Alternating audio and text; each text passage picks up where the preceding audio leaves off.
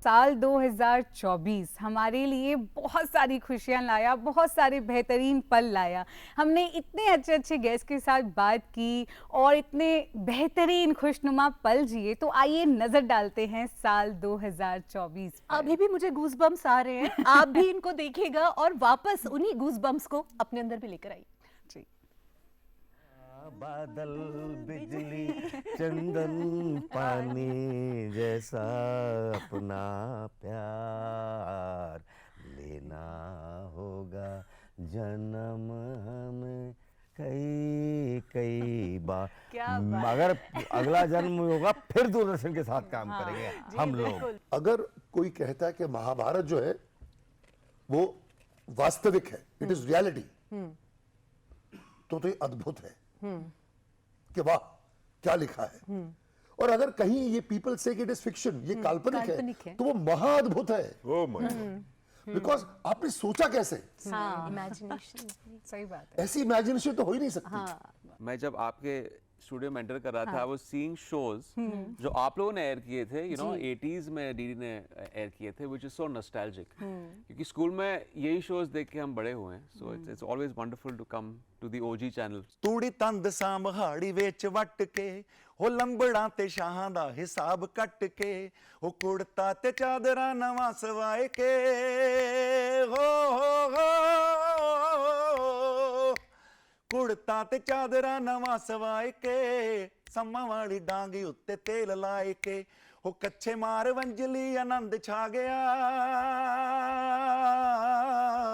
ਕੱਛੇ ਮਾਰ ਵੰਜਲੀ ਆਨੰਦ ਛਾ ਗਿਆ ਮਾਰਦਾ ਦਮਾਮੇ ਜੱਟ ਮੇਲੇ ਆ ਗਿਆ ਉਹ ਮਾਰਦਾ ਦਮਾਮੇ जट मेले आ गया। एक पर तारीख मिलती गई, मिला और इंसाफ नहीं मिला, तो वही ड्रामा उसी से घातक। ये मजदूर का हाथ है कातिया, लोहा पिघलाकर उसका आकार बदल देता है। तो लाइक दैट ना we used to do that. ये गॉड हैज बीन काइंड। कहानी अगर इंटरेस्टिंग होती है ना तो वो छोटी बड़ी नहीं होती। तो it doesn't really matter because if a story is good it will reach out to a larger audience. Right. For me that is mainstream सिर्फ। মানু হে মানুহৰ বাবে যদিহে অকণো নাভাবে অকণি সহানুভূতিৰে ভাবিব কোনেনো কোৱা সমনীয়া মানুহে মানুহৰ বাবে। जब मैं फिल्मों के लिए गाता हूँ तो कोई और गाना बनाता है, कोई और लिरिक्स लिखता है और मैं जाके गाने को निभाता हूँ। उसमें भी मुझे बहुत आनंद आता है, उसमें भी बहुत एक्साइटमेंट होता है। पर जब मैं अपना गाना बनाता हूँ तो फिर मुझे उसमें मालूम है मैं इस डायरेक्शन में जाना चाहता हूँ। तो दोनों जो पहलू हैं वो इंटरेस्टिंग है बहुत। डायरेक्टर वो होता है जो चैलेंजेस लेता है, जो अलग अलग जॉनर की फिल्में बनाता है। मतलब गोल्डी साहब ने अगर जॉनी मेरा नाम जैसी थ्रिलर बनाई, तो तेरे मेरे सपने जैसी सेंसिटिव फिल्म भी बनाई, गाइड जैसी सेंसिटिव फिल्म बनाई, तो ज्वेल थीफ भी बनाई।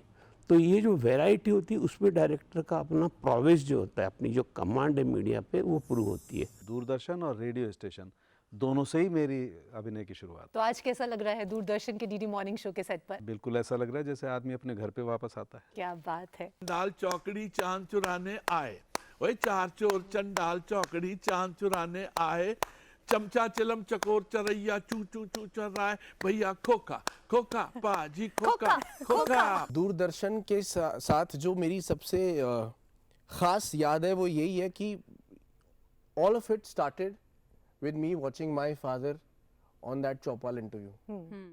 किरदार जो होता है वो आप इतनी बार पढ़ चुके होते हैं बीइंग अ डायरेक्टर और द राइटर, क्योंकि वो आपसे ही निकला है किरदार, आप उसको समझते बहुत अच्छे तरीके से। तो मैं उसको समझा रहा था, वो समझ नहीं रहा था, तो मैंने उसको करके दिखाया। मैंने ऐसे करो ना, तो उसने कहा ये तो अच्छा यार तुम ही कर दो। कभी गर्मी कभी सर्दी ये मौसम के नज़ारे हैं, प्यास उनको भी लगती है जो दरिया के किनारे हैं। एक्टिंग में मैंने अपनी लाइफ दी है और मैं सिर्फ एक्टिंग के बारे में सोचता हूँ। So I think that is the most special award कि लोग आपके क्राफ्ट से आपको पहचानते हैं। Excuse me, are you the same guy who's there in that Twitter वाला thing? हाँ, तो बोला वो अपने दोस्तों के पास जाते बोला he's the same dude.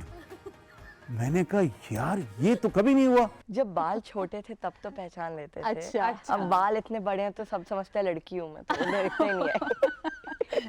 ये न्यू इन्फॉर्मेशन है। चलते चलते मेरे ये गीत याद रखना, कभी अलविदा ना कहना, कभी अलविदा ना कहना। रोते हंसते बस यूं ही तुम गुनगुनाते रहना, कभी अलविदा ना कहना, कभी अलविदा ना कहना।